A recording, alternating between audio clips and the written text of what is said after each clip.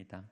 말씀을 통해 하나님을 만나고 싶습니다. 하나님, 오늘 내 영에 부딪히는, 내 삶을 새롭게 하시는 하나님의 신실한 말씀을 듣게 하여 주시옵소서. 그 말씀이 내 몸에 양약이 되고 양식이 되는, 또 거룩한 능력이 부어지는 신실한 말씀으로 내게 찾아와 주시옵소서.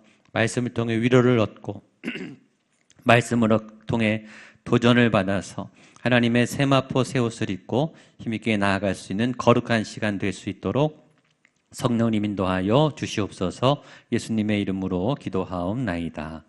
아멘. 사랑 시리즈의 마지막, 하나님의 사랑은 계속되죠. 사랑 시리즈가 끝나도 하나님의 메시지의 본질은 사랑입니다. 집중해서 2달 동안 저희가 사랑에 대한 이야기를 마무리하면서 오늘은 너무나 유명한 탕자 아버지, 아버지의 사랑의 그림자가 있는 탕자 아버지에 대한 이야기입니다. 그동안 2달 동안 사랑 시리즈가 좀 도움이 되셨으면 좋겠고요. 휴가 중에 한 그림 한 컷, 사랑이 뭔지에 대한 아주 저에게 인상 깊은 그림 하나를 먼저 소개해 드리고 싶습니다. 하나 보여주시죠. 그림이 잘 보이시나요? 할아버지 할머니가 화가 나 계신데, 할아버지가 화가 났음에도 우산을 할머니한테 받쳐주고 있습니다. 사랑은 화가 나도 서로를 향하는 것이다. 내 마음에 안 들지만, 내 감정은 상했지만, 그래도 사랑은 상대방을 향한, 또 베푸는 것들을 멈추지 않는, 내 이성을 넘어서, 내 경험을 넘어서, 내 감정을 넘어서, 내 판단과 의지를 넘어서 그럼에도 불구하고 할 수 있는 사랑, 해내는 사랑이 아닌가. 이 그림 한 컷이 우리가 공부해온 여러 사랑에 대한 이미지를 보여줍니다. 예, 됐습니다. 오늘 하나님의 사랑, 이 사랑을 마지막 종지부 찍을 이야기는 탕자 이야기, 탕자의 아버지의 이야기입니다. 아버지의 마음, 하나님의 사랑이 잘 나타나 있는, 그리고 교회 안 다니는 분도 너무나 잘 아는 탕자의 이야기입니다. 오늘 사랑의 핵심은 아버지의 사랑이죠.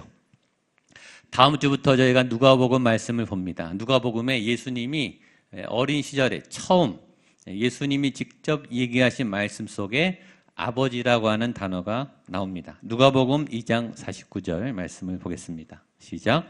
예수께서 이르시되 어찌하여 나를 찾으셨나이까?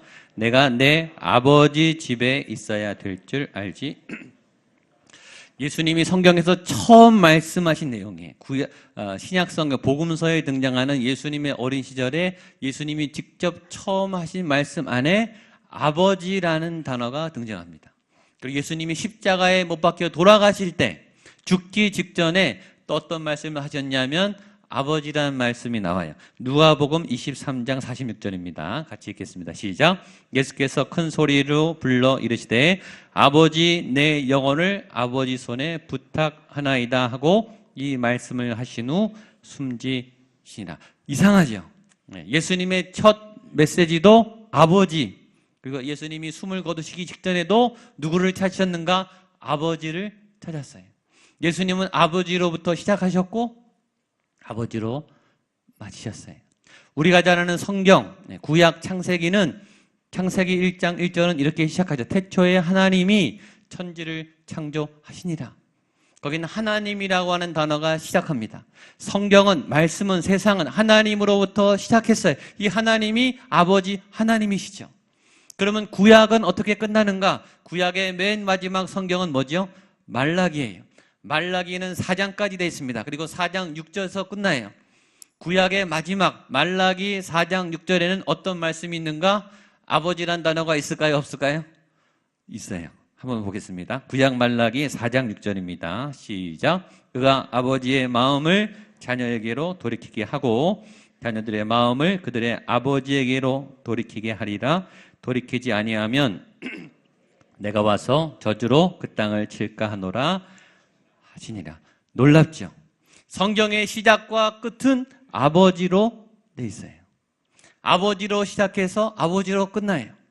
아버지의 마음이 돌이키는 바로 그때 그가 와서, 엘리야가 와서, 세례 요한이 와서, 세례 요한이 인도하는 메시아가 와서 흩어진 자녀들의 마음을 아버지께로 돌이키는 그때가 하나님의 나라가 회복하는, 하나님의 역사가 이 땅에 이루어지는 그날이 될 것이다 라고 아버지의 마음을 꿈을 꾸게 하면서 구약은 마감하죠. 아버지의 마음, 아버지의 사랑은 이렇게 중요해요. 이 땅에는 좋은 아버지가 필요하죠. 든든한 아버지, 믿음직스러운 아버지, 강한 아버지, 인자한 아버지, 친절한 아버지, 친구 같은 아버지. 좋은 아버지가 있는 가정은 흔들리지 않습니다. 좋은 리더가 있는 공동체는 흔들리지 않아요. 아버지는 이렇게 중요해요. 여기서 말하는 아버지는 하나님 아버지입니다. 모든 아버지의 이상형, 모든 아버지들이 바라봐야 될 바로 그 이상의 자리, 그 아버지의 자리, 그 아버지의 마음이 오늘 성경에 나타나 있는 오늘 예화 가운데, 탕자의 비유 가운데 너무나 명백하게 나와 있습니다. 그리고 이것이 복음의 핵심, 하나님의 사랑, 아버지의 마음을 대변하는 아주 유명한 예화가 되어 있죠. 이것은 교회 안 다니는 분도 너무나 잘 아는 탕자의 이야기입니다. 그러나 이 이야기는 탕자의 이야기가 아니라 탕자의 아버지의 이야기죠. 여기서 주인공은 아버지예요. 여기서 복음의 핵심은 아버지의 마음에 있는 거예요. 오늘 이 본문을 통해서 그동안 2달 동안 성경의 핵심인 사랑에 대한 메시지를 정리하겠습니다.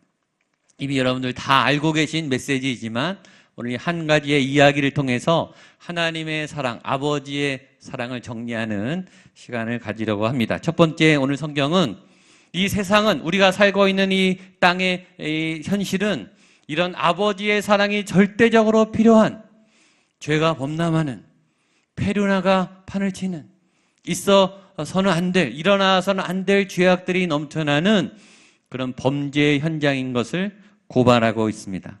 우리가 읽지 않은 11절, 12절 말씀 같이 읽어보겠습니다. 시작. 또 이르시되 어떤 사람에게 2 아들이 있는데 그 둘째가 아버지에게 말하되 아버지여 재산 중에서 내게 돌아올 분깃을 내게 주소서 하는지라. 아버지가 그 살림을 각각 나누어 주었더니, 이것이 이야기의 시작입니다. 둘째 아들이 아버지를 찾아와서 아버지 내게 유산을 나눠주세요. 당신이 돌아갈 때 나눠줄 그 몫을 미리 나에게 주세요 라고 말했다는 거예요. 이것이 패륜적 행동이라는 거죠.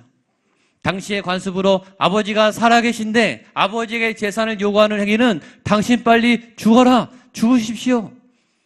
살인행위와 같은 패륜적 행동이에요. 아들로서는 절대 해서는 안 될 말이에요. 말이라고 다 해서는 안 되는 거죠. 할 말이 있고 하고 싶지만 절대 해서는 안 되는 말이 있는 거죠. 둘째 아들이 당당하게 아버지의 인격을 무시하고 아버지의 위치를 넘어서서 재산을 요구했습니다. 성경은 이 아들의 굉장히 이 패륜적인 그리고 무례한 사실을 고발해요. 있어서는 안 될 일이죠. 일어나서는 안 될 일이에요. 그러나 일어나고 있는 거죠. 우리 가정에는 일어나면 안 되는 일들이 일어나고 있어요. 외부에 도저히 말할 수 없는 부부 간에, 부모와 자녀 간에, 형제 간에, 이웃 간에 말하기 끔찍한 범죄들이 일어나고 있어요. 일어나서는 안 되지만 그런 일들이 넘쳐나고 있는 거죠. 이것이 우리가 살고 있는 삶의 실상입니다. 범죄가 넘쳐나요. 무례함이 넘쳐나요. 성경에서 이런 아들이 있을 때는 돌로 쳐 죽여라 그랬어요. 그만큼 이 아들은 굉장히 아버지에게 무례한, 아주 놀라울 만큼 아버지에게 상처를 주는 충격적인 말을 한 겁니다. 요나가 하나님의 말씀을 등지고 다시스를 향해 배를 탔습니다. 얼마 가다가 배가 풍랑이 일어났어요. 그 배에 배 전문가들이 다 타고 있었어요. 그들은 최선을 다해서 풍랑 가운데 살아남으려고 애를 썼어요. 그러나 속수무책이었습니다. 그리고 우리가 죽게 되었다라고 탄식했어요. 여러분, 아무리 전문가들이 있어도 그들의 능력을 넘어서는 죄의 풍랑 앞에, 파도 앞에서는 꼼짝할 수 없어요. 전문가가 없어서가 아니죠. 우리가 사는 시대에 얼마나 전문가가 많아요. 공부 많이 한 분이 많아요. 능력 있는 분이 많죠. 인격자들이 많아요. 그러나 우리가 이길 수 없는 적이 있어요. 그것은 죄라고 하는 큰 장벽입니다. 우리는 죄를 이길 수 없어요. 노력하고 몸부림치고 애를 쓰지만 우리의 삶의 현장에서 일어나는 범죄와 사건들을 해결할 수 있습니까? 자녀의 문제를, 부모님의 문제를, 관계의 문제를, 배신의 문제를, 비도덕적이고 비윤리적인 문제들을 우리는 해결할 수 있는가? 해결하지 못해요. 그리고 널브러집니다. 그리고 말해요. 우리가 죽게 되었다. 그들은 비명을 지르면서 신음해요. 살려달라고 신음해요. 우리의 영혼도 마찬가지고 우리가 밖에서 만나는 사람들도 다 죽어가요. 죄악 때문에, 어려움 때문에, 고난 때문에, 하루하루가 막막해서 헤쳐나갈 수 없는 거대한 인생의 파도 때문에 죽어갑니다. 근데 요나는 뭐하고 있느냐 하면 자고 있어요. 그 문제의 발단도 요나였고 그 문제를 해결할 수 있는 사람도 요나였는데 요나는 밑바닥에서 잠을 자고 있었어요. 세상 사람들은 살려달라고 몸부림치고 있는데 하나님의 사람은, 기도해야 될 사람은, 아버지의 마음과 아버지의 사랑을 전달해야 될 그 요나는 잠자고 있었어요. 지금의 교회와 똑같은 거죠. 우리는 세상의 범죄에 대해서 속수무책입니다. 세상의 신임에 대해서 우리 안에는 능력이 없어요. 그리고 외면하고 눈을 돌이키고 잠을 자고 있는 거예요. 죄는 거대합니다. 그리고 막강해요. 왜 우리의 안의 죄가 우리의 능력을 넘어섰는가? 우리는 왜 죄를 이겨낼 수 없는가? 우리가 잘못된 사랑으로 양육받았기 때문이에요. 우리 안에 죄의 본성이 싹 텄기 때문이에요. 우리는 조건적으로 사랑받았어요. 우리의 사랑 안에는 조건이 있었어요. 잘하면, 잘생기면, 내 마음에 들면, 사회가 요구하는 그 조건에 네가 맞으면 너는 사랑스러워. 우리는 이렇게 양육받았어요. 우리의 무의식의 뿌리 안에는 조건적인 사랑으로 가득해요. 그리고 그 사랑에 대한 의심으로 가득해요. 그리고 그 사랑의 기준에 내가 들어있는가 안 들어있는가 항상 노심초사 불안해요. 내 자리가, 내 지위가, 내 상태가 벗어나지 않을까. 우리는 늘 불안해하죠. 조건적인 사랑을 받았기 때문입니다. 로저스라고 하는 유명한 학자가 그렇게 말했어요. 조건적인 사랑을 경험할 때 사람은 상처받는다. 그리고 알 수 없는 불안과 두려움에 휩싸인다 했습니다. 그러면 그런 상처받은 사람은 어떻게 치료하는가? 무조건적 사랑이 올 때 회복된다는 거예요. 이 사람이 나를 조건 없이 그냥 사랑해주고 바라봐주고 인정해주고 그냥 베풀어 줄 때 우리는 경계가 풀리고 인간의 본질적인 자존적인 긍정감이 회복된다라는 거예요. 나를 무조건 수용해주고 나를 그냥 있는 그대로 받아주고 내가 잘해서가 아니라 예뻐서가 아니라 나 있는 모습 자체가 존엄하고 존귀한 것을 수용해 줄 때 우리가 회복된다라는 거죠. 사랑의 문제는 나의 문제입니다. 사랑의 문제는 우리의 문제예요. 오늘 그 무조건적인 아버지의 사랑이 우리에게 있음을 보여주는 아주 짧은 이야기를 보는 거죠. 저는 오늘 이 하나님의 사랑이 이 예화를 통해서, 말씀을 통해서 오늘 지금 여러분에게 부어지고 있음을 여러분들이 믿게 되기를 주님의 이름으로 축복합니다. 이 사랑은 있습니다. 그리고 가능해요. 그 사랑은 무엇인가? 첫 번째, 그 아버지의 사랑은 기다리는 사랑입니다. 20절 말씀 같이 보겠습니다. 시작. 이에 일어나서 아버지께로 돌아가니라. 아직도 거리가 먼데 측은히 여겨 달려가 목을 안고 입을 맞추니. 사랑은 오래 참고 라고 했습니다. 사랑은 기다리는, 오래 참을 수 있는 사랑입니다. 사랑할수록 기다리기가 어렵습니다. 사랑할수록 기다리는 시간은 고통스럽다고 했습니다. 사랑하면 할수록 사랑하는 그 사람이 내 마음속에 차지하고 있는 그 크기가 크면 클수록 그 시간은 늦게 가고 그 시간은 고통스러워요.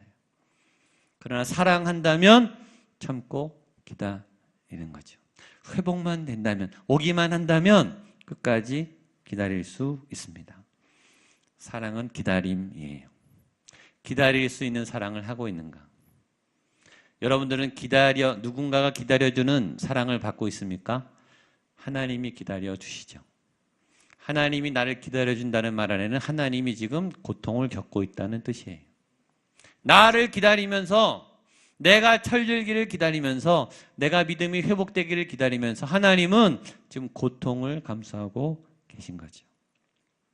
믿음은 기다림의 역사입니다. 아브라함은 25년을 기다렸습니다. 모세는 40년을 기다렸어요. 여호수아도 40년을 기다렸어요. 갈렙은 45년을 기다렸어요. 요셉은 13년을 기다렸어요. 아버지를 만나기까지는 22년이 걸렸습니다. 다윗도 12년에서 15년 기다렸어요. 하나님의 부르심으로부터 그들이 약속한 그 자리에 서기까지, 믿음의 본을 세우는 하나님의 자리에 서기까지 오랜 기다림이 필요했어요. 그러니까 여러분들이 믿음으로 이 기다림을 완성해 나가게 되기를 축복합니다. 기다릴 수 있는 사랑. 두 번째 하나님의 사랑은 낭비하는 사랑입니다. 거룩한 낭비이죠. 12절과 20절 나눠서 읽겠습니다. 12절입니다. 시작. 그 둘째가 아버지에게 말하되 아버지여 재산 중에서 내게 돌아올 분깃을 내게 주소서 하는지라.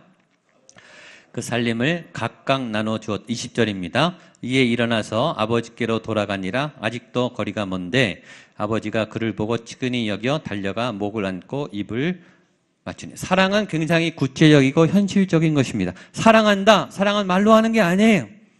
사랑은 실체가 있어요. 사랑의 실체 안에는 희생이 있는 거예요. 그 희생의 구체적인 실체는 크게 두 가지. 하나는 돈이고 하나는 시간입니다. 사랑한다면 대가를 지불해요. 실제적인 돈을 지불해요. 아버지는 어마어마한 재산을 뚝 띄어서 지불합니다. 성경은 아버지가 망설였거나 머뭇거렸다는 얘기가 없어요. 즉각 그 자리에서 즉시 바로 큰 재산을 띄어서십니다. 그리고 아까워했다거나 후회했다는 얘기가 전혀 없어요. 기꺼이. 사랑하면 우리는 돈을 지불해요. 사랑하면 우리는 시간을 지불해요. 아버지는 본인이 하루 종일 여가 생활하고 일을 하고 생각하고 자신이 누릴 수 있는 그 많은 시간들을 다 낭비해요. 아들을 기다리는 것에. 아침부터 저녁까지. 그 시간이 몇 개월인지 몇 년인지 알 수 없지만 아버지는 아들을 위하여 정말 아까운 시간들, 그에게 의미 있는 그 많은 시간들을 허비해요. 우리는 사랑하는 사람에게 크게 두 가지를 낭비해요. 거룩한 낭비라고 하죠.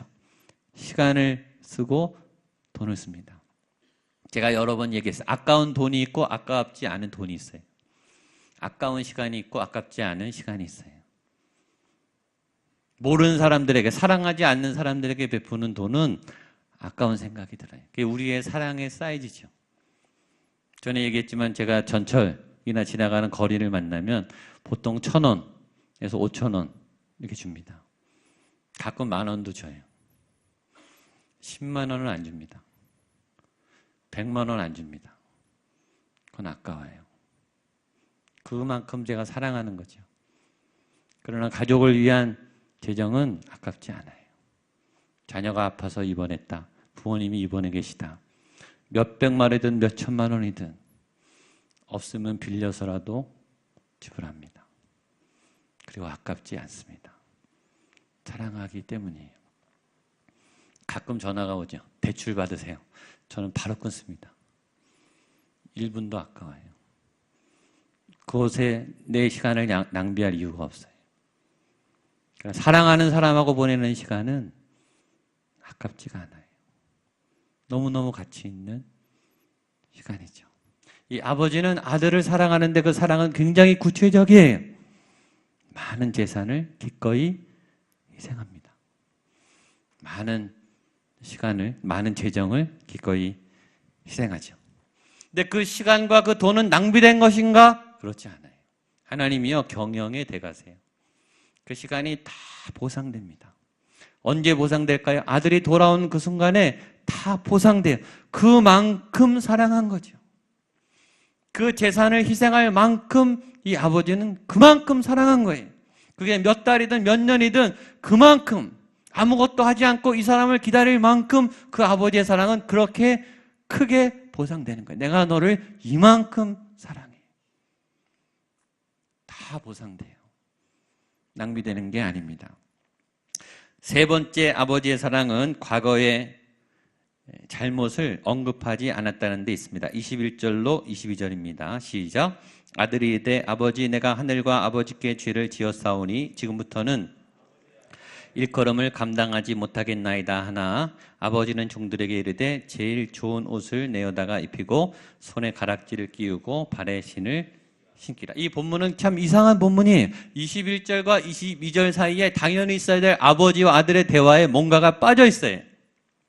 어떤 성경은 메시지가 있어서 은혜를 받지만 어떤 성경은 어떤 내용이 없어서 은혜를 줘요. 오늘 본문은 그런 본문입니다. 저는 이 본문이 이 아버지 탕자 이야기 중에 제일 감동적이에요. 아버지가 마땅히 해야 될 어떤 말을 안 해요. 야단치지 않습니다. 아들이 와서 사과하죠. 아버지 내가 잘못했어요. 아들아 내가 경고했지. 내가 너 이럴 줄 알았어. 네가 얼마나 나에게 상처를 줬는지 아니? 네가 한 행동이 얼마나 못됐는지 네가 이제 깨달았니? 얼마나 좋은 기회입니까? 얼마나 이 아들을 가르칠 수 있는 절호의 찬스예요. 아버지는 한마디도 야단치지 않습니다. 사랑이란 과거의 상처를 긁지 않는 거예요. 과거의 실수를 드러내지 않는 거예요. 사랑은 모든 것을 덮는 거예요. 잘못하지 않아서가 아니에요. 할 말이 없어서가 아니에요. 할 말이 많지만 말해주고 싶지만 전혀 과거를 얘기하지 않습니다. 예수님이 부활 후에 디베라 바닷가에서 베드로를 만났어요. 똑같아요. 예수님이 베드로를 향해서 야단치지 않아요. 베드로야 네가 이럴 수가 있니? 내가 너에게 경고했지. 다 굴기 전에 부인할 거라. 겟세마네 때 깨어 기도하라고 내가 경고했지. 네가 사고를 쳤잖아. 내가 그때 얼마나 힘들었는지 아니. 예수님 베드로를 한마디도 야단치지 않으세요.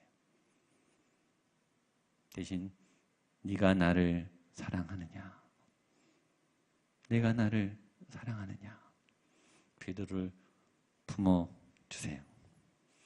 사랑은 과거를 묻지 않는 거예요. 과거를 다 덮어주고 지나가는 것입니다. 과거를 묻지 않을 뿐만 아니라 적극적으로 사랑해요. 잔치를 베풀어 줍니다. 22절로 24절까지입니다. 같이 보겠습니다. 시작. 아버지는 종들에게 이르되 신기라 그리고 살진 송아지를 끌어다가 잡으라. 우리가 먹고 즐기자. 이내 아들은 죽었다가 다시 살아났으며 내가 잃었다가 다시 얻었노라 하니 그들이 즐거워하더라. 아멘. 사랑은 야단치지 않을 뿐만 아니라 오히려 잔치를 베풀어줘요.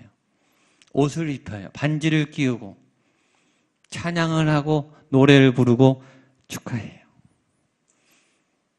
사랑하면 파티를 해주잖아요. 그렇죠? 사랑하면 선물을 준비하잖아요. 이 아버지들이 자녀들이 좋아하는 선물을 살 때요.